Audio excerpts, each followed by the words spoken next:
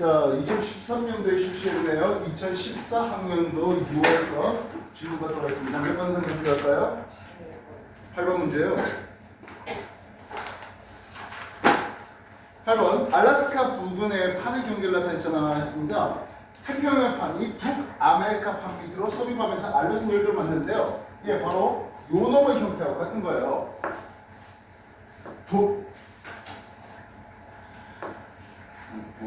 태평양판이, 그래서 태평양판이라는 해양판이 북아메리카판이라는 대륙판 밑으로 자, 이렇게 방향을 하는데 이게 섭입하는 방향을 나타내요. 알겠습니까? 네. 이게 태평양판이 유라시아판 밑으로 섭입하는 이 과정 그림하고 똑같은 거예요. 알겠습니까? 그럼 뭐가 생깁니까 하네요. 요 판의 경계가 알루산 해구입니다. 요 판의 경계가 일본 해구가 된다고요. 그러면서 호성열도로 화산섬이 터졌네요. 호성열도로 화산섬 알루산 열도가 터진 거예요. 호성열도예요. 이걸 A에서 B까지 단면을 살펴보면 이런 그림이에요. 이쪽이 A에서 B까지. 알겠습니까? 그래서 천발지진, 중발지진, 신발지진 이렇게 나온다고요. 여기가 천발지진, 중발지진, 신발지진 이렇게 나오게 되겠습니다. 알겠습니까? 그래서 질문입니다. 판의 경계에 따라 열곡, 해구죠. 열곡은 어디서 나오는 겁니까? 열곡은 발산 경계가 열곡이에요. 여기는 해구가 나와요. 기억력이 틀렸어요. 미연. 판의 밀도는 이제 태평양판이 해양판수 밀도가 더 큽니다. 알래스카를 비롯한 북아메리카판은 대륙판수 밀도가 작아요. 이해됐습니까? 그래서 북아메리카판이 작다. 괜찮죠? 이 지역의 진앙을 했습니다. 이 지진은 북아메리카판 쪽에 지진이 일어나요. 알겠어요? 북아메리카판 쪽은 지진이 일어납니다. 그래서 밀도가 작은 파에서 화산, 밀도가 작은 파에서 신발지진. 이 패턴 기억하시기 바랍니다. 알겠습니까? 네. 8번 판의 경계 해봤습니다. 또 다른 질문 뭐 해볼까요? 이렇게 선생님 해볼까? 10번이요?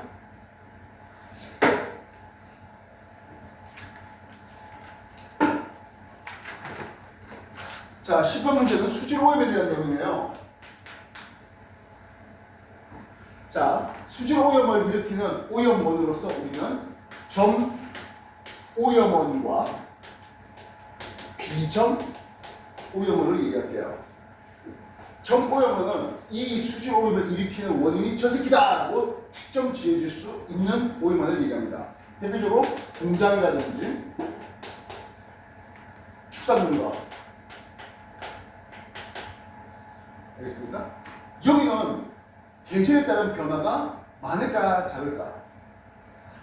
좋겠죠. 공장이 겨울에는 폐수 적게 내고 여름에 많이 내고 그러지는 않을 거잖아요. 반면 이거는 오염원이 도대체 누군지 정확하게 특정 지어주기 어렵다 하는, 예를 들어서 논과 같은 이런 데는 누가 조금씩 오염을 냈는지 잘 모르겠다 하는 그런 놈들이고, 얘네들은 계절의 변화가 심하죠. 아무래도 좀 퇴비를 좀 많이 쓰는 계절은 봄철에 퇴비를 많이 쓸 겁니다. 그러면 좀 오염 물질이 좀 더 많이 나오죠. 상대적으로 뭐 가을이나 이런 데는 좀 적고 이런 식으로 계절에 대한 차이가 좀 심한 것이 그런 비점 오염이 되겠다고요. 알겠습니까? 자, 그런데 수질 오염의 지표로서 BOD 생화학적 악시는 생화학적 산소 요구량 BOD인데요. BOD 값은 작은 놈이 깨끗한 물이에요. 산소가 적게 필요하다는 것은 그만큼 무속의 유리물이 적거든 하겠습니다. 그래서 강의 상류에서 하류로 가는 과정에 BOD가 작았는데 갑자기 오염 물질이, 예를 들어서 유기물, 대표적인 유기물은 아무래도 축산 농가에서 나오는 가축, 분뇨들 같은 것들이 대표적인 도움이 될 텐데요. 오염 물질이 유입됩니다. 그럼 어떻게 됩니까 하면 BOD가 쭉 솟구시죠. 이 오염들이 강의 자정작용이 잘 진행된다면 오염물질이 내려가요. 즉 강에서 이제 산소가 들어가면서 강물이 흘러가면서 산소가 들어가면서 유기물이 분해되면 BOD 값이 이렇게 작아집니다. 반면 DO 산소 용존산소를 얘기하는데요. 용존산소는 이런 그림이 보이시면 강의 작용작용이 활발해진다, 활발해졌다라고 볼 수 있습니다. 알겠습니까? 참고로 BOD 값이 1 ppm 미만이면 우리가 흔히 말하는 1급수예요. 알겠어? 그럼 이게는 약간의 간단한 점수만 하더라도 사람이 마실 수 있는 물이 되고, 뭐 BOD가 7 ppm, 10 ppm 넘어가 버리면 야 이거는 뭐 못 먹겠다 이렇게 될 수 있죠. 자, 그래서 공장, 과수원, 목장을 지나오면서 강의 상류 A에서 하류까지 E까지 내려가는 훈련 과정에서 지점 A에서 E까지 DO 용존산소량과 BOD 생화학적 산소 요구량에 대한 내용이네요. 기억, 공장은 정오염원에 해당할 수 있습니다. 하천수 유기물 농도는 했습니다. BOD하고 유기물 농도가 거의 비례한다고 볼 수 있는데요. A는 BOD 값이 0.8ppm밖에 안 돼요. 하천에 뭐 유기물 별로 없는 깨끗한 물이에요. 반면 C는 어떻게 된가요? 28.5 엄청 치솟았죠. 이해됐어요? 그래서 목장을 지나오면서 꽤 가축 분뇨라든지 이런 것들이 많이 들어왔겠다라는 생각을 해줄 수 있습니다. 이해됐습니까? A에서 E로 갈수록 수질이 지속적으로 낮아졌습니까? 나빠졌습니까? 그렇지 않네요. BOD 값이 C 28.5로 치솟았다가 이후에 DE 2.7까지 내려가는 것을 봤습니다. 어느 정도 수질이 개선되고 있는 중이다라고 할 수 있겠죠. 이해됐어요? 예, 다른 질문? 4번 문제 볼게요.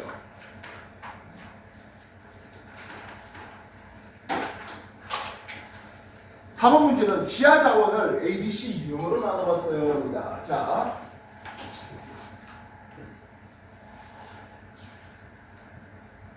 우리가 자원이라고 하는 것은요,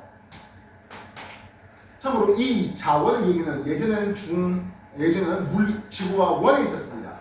그러나 2020년부터는 G2로 올라갔어요. 와, 이 쉬운 게 G2로 올라갔어요. 자원은 크게 에너지 자원과 광물 자원으로 구분해 볼 수 있습니다. 에너지 자원 뭐 있을까요? 석탄, 석유, 천연가스. 요즘에는 뭐 쉐일가스 이런 것들도 이제 포함될 수 있겠네요. 광물 자원은 크게 금속 광물과 비금속 광물로 나눌 수 있습니다. 기본적으로 여러분들 금속이라는 게 화학에서 공부해봤겠지만 쉽게 산화돼요. 즉 산화물의 형태로 얻어진단 말입니다. 그래서 금속 광물은 반드시 재련 또는 정련 이런 작용이 필요하겠습니다. 알겠어요? 반면 비금속 광물은 굳이 재련이 필요하진 않죠. 필요한 대로 잘라내면 되는 거죠. 알겠어요? 그래서 금속 광물 대표적으로 뭐 철광석이라든지 구리가 포함된 광석이라든지 알겠습니까? 그런 것들이 얘기되고 비금속 광물 예를 들어서 뭐 석회암 이런 것들 되셨나요? 그래서 질문입니다. A. 자철석, 황동석, 철, 금속철 말합니다. 동은 구리를 얘기합니다. 그래서 금속 광물을 우리는 A라고 칭하고 있습니다. B. 석회석, 고령통, 이건 비금속 광물이죠. C. 석탄, 석유, 천연가스, 이건 에너지 자원에 해당하네요. 이해됐습니까? 네. 그거 말고도 아까 수자원 있잖아요. 공기, 토양 자원도 있겠고요. 아니면 하다못해 관광 자원 이런 것들까지 자원의 의미는 좀 더 넓힐 수 있습니다. 수자원, 토양, 또는 관광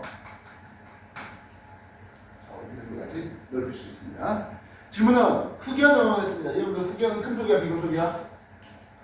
비금속이죠. 흑연은 비금속입니다. B에 속해야 되겠네요. B는 재련 과정을 거쳐 사용합니다. 아니죠. 금속 A가 재련 과정이 필요한 거죠. 됐습니까?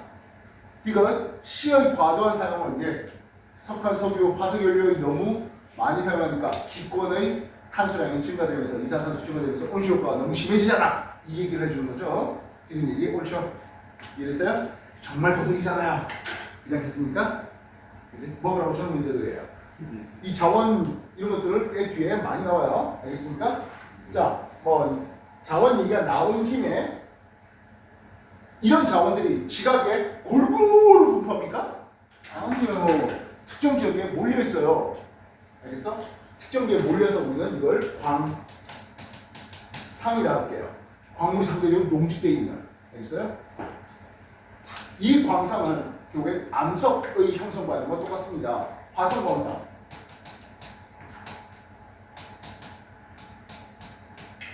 퇴적 광상, 변성 광상 이렇게 구분될 수 있습니다. 주로 화성 광상은 주로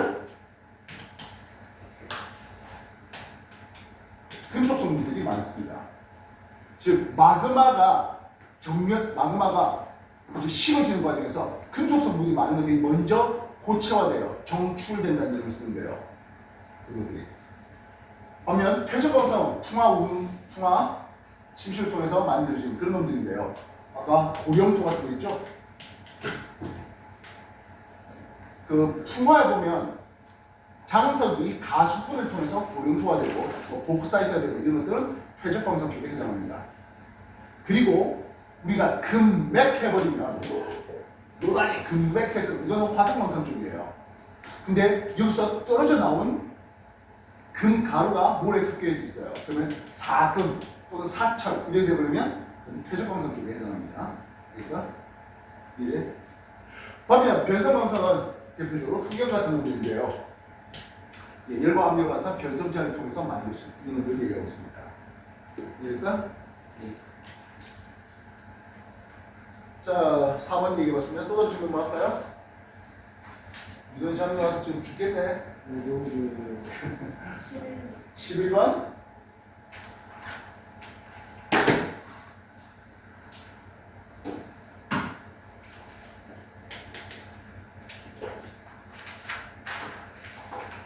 자, 11번 사태형 원리를 얘기하고자 합니다.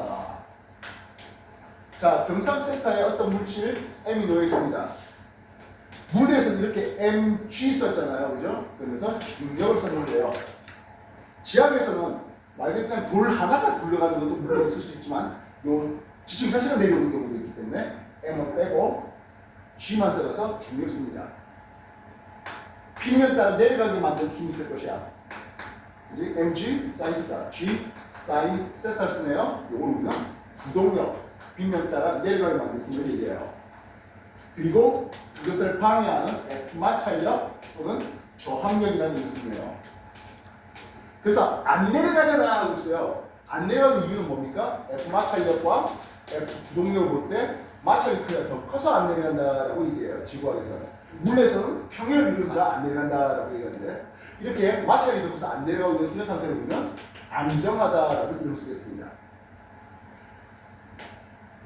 그러면 이 세타 값이 커지면 어떻게 되겠습니까? G 사인 세타 값이 커지겠죠. 그래서 이렇게 안 내려가고 있는 이 상태는 요 세타 값이 안전하게 깎을 수 있는 값 세타 안식값 세타 안식값보다 작아서 안 내려가는 거예요. 그럼 반대로 세타 안식값보다 이 값이 더 커지버리면 어떻게 됩니까? 하면 F 마찰력보다 F 부동력이 커지면서 굴러내려가려고 하는 불안정한 상태가 될 수 있다. 이해됐어? 근데 이 마찰력은 마찰계수 U에 G 코사인 세타로 쓸 수 있잖아요. 세타 특징 말고도 뭐가 있습니까? 마찰계수가 있어요. 즉 물이 너무 많아지면 마찰력이 작아져요. 그래서 처음에 앉아있다가 비가 너무 많이 와버리면 마찰력이 작아지면서 쑥 내려갈 수도 있죠. 그래서 이런 산사태가 날 때 그냥 가만히 마른 날의 산사태보다는 비가 많이 오는 날에 산사태가 나는 것을 볼 수가 있다는 거죠. 알겠습니까? 네. 질문. 고운 모래를 쭉 놔뒀더니 모래가 이렇게 쌓여요. 그래서 모래 쌓이는 요각 세타를 구하는데 이게 세타 프라임하고 같겠죠. 요거 우리는 안식각이라고 부릅니다. 즉 기억, 안식각은 90만의 세타가 아니라 세타 그 자체였습니다. 네. 되겠습니까? 고운 모래의 안식각은 35도인데요. 좀 더 굵은 모래는 40도를 줍니다. 만약 가로 세로 10m 되는 돌덩어리라면 이 안식각은 거의 90도가 될 수도 있죠. 기억, 안식각은 90만의 세타이다? 아니요. 세타 그 자체였습니다. 안식각은 굵은 모래가 그래도 좀 더 큰 것을 볼 수가 있네요. 이해됐습니까? 이거 고운 모래 양을 2배로 늘린다 해서 세타가 바뀌어질까요? 아니요. 우리가 모래 양이 더 많아지면 똑같은 모양으로 이렇게 된다고요. 여기서 크기는 줄어들고 늘어나고 할 거 없습니다. 그래서 네. 뒤에도 많이 나오지만 토양에 물의 함량에 따라서 안식각이 좀 달라질 수 있는데요. 아주 바짝 마른 모래보다는 약간 젖은 모래가 안식각이 좀 더 큽니다. 근데 물이 너무 많아버리면 어떻게 돼? 풀어지겠죠. 바닷가 가서 모래로 모래성을 한번 쌓아보겠다고 해봤을 때 그냥 바짝 마른 모래 갖고는 아무것도 못해요. 어느 정도 축축한 모래 갖고 할 수 있죠. 물이 그 응집력을 발휘하게 됩니다. 그렇다고 해서 물을 양동이쪽 부으면 말짱망이죠. 이래서 정리. 또 뭐 해볼까요? 13번 문제요.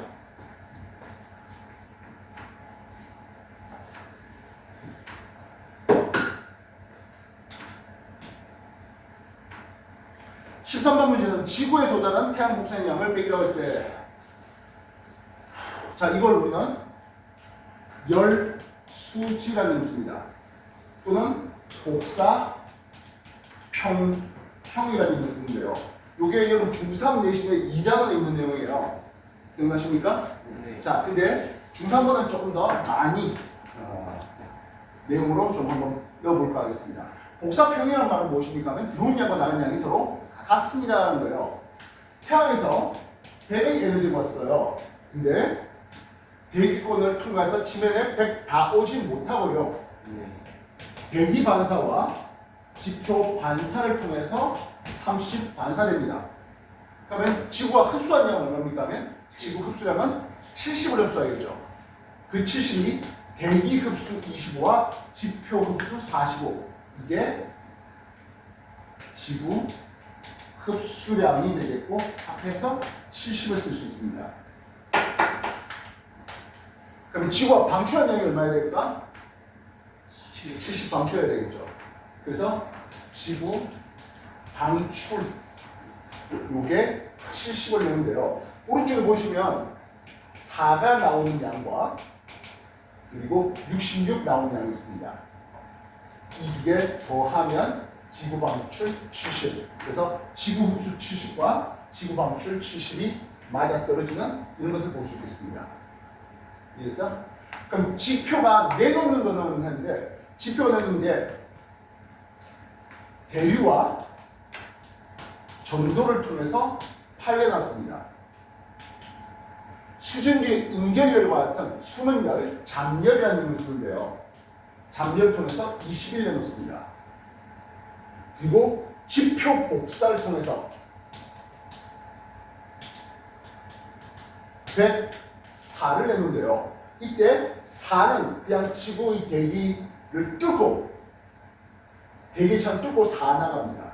그럼 대기 흡수한 양은 100이 됩니다. 그래서 대기가 흡수한 양을 한번 써볼까요? 대기가 흡수한 양은 이만큼입니다. 대기 흡수한 양은 25에 8에 21에 100 더하면 154가 되는데요. 대기 흡수한 양이 154라는 것은 대기가 방출하는 양도 역시 얼마? 154가 되어야 됩니다.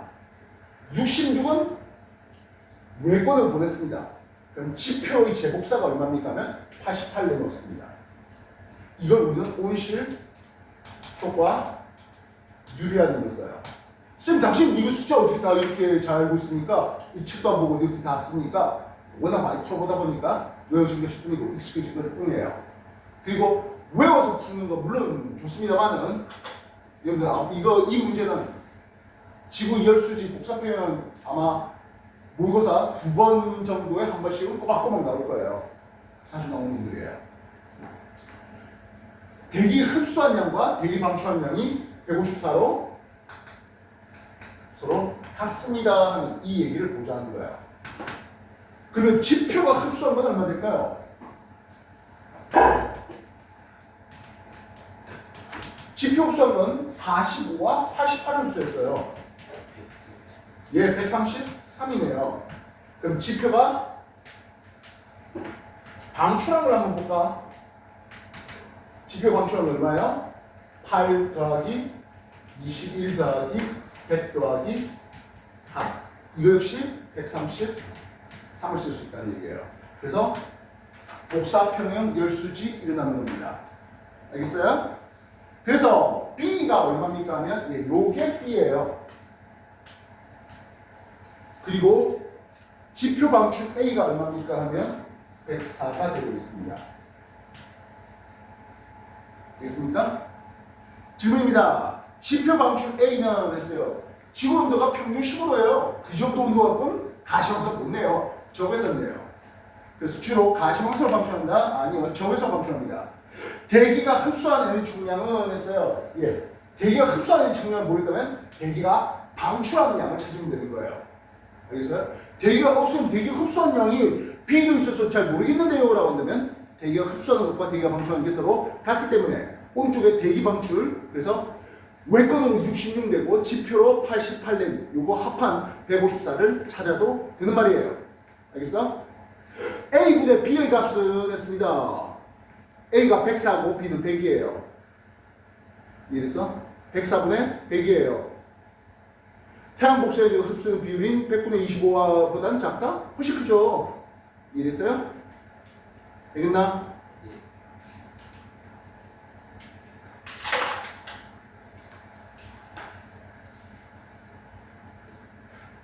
역시 A의 양이 얼마인지 잘 몰랐다라고 한다면 지표가 흡수하는 양과 지표가 방출하는 양에 대해서 이게 A가 되는 거죠. 되겠습니까? 되셨나?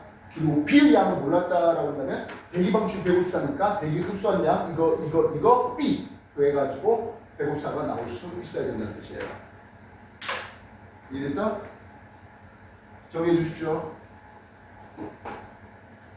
그래서 열수지, 복사평형 이거 앞으로서 계속 나오는 내용이에요. 풀다 보면 지겹도록 풀어지게 될 거야.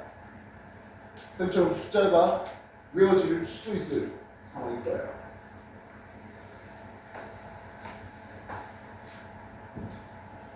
참고로 세학제 바뀌면서요. 세학제 바뀌면서 요 숫자들이 숫자들이 조금씩 달라졌어요. 근데 특히 G1은 달라졌는데 G2는 그대로예요. G2는 이 숫자를 그대로 쓰고 G1은 이 숫자가 조금 달라졌어요. 근데 조금 달라졌다 하더라도 문제의 본질은 뭐야?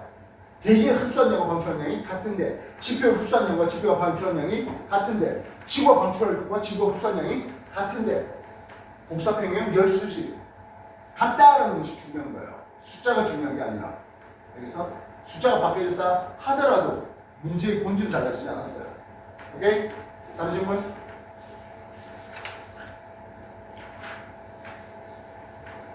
없어요? 몰라서 못 푼 거 질문하라니까. 없어? 15분 쉬었다 합시다.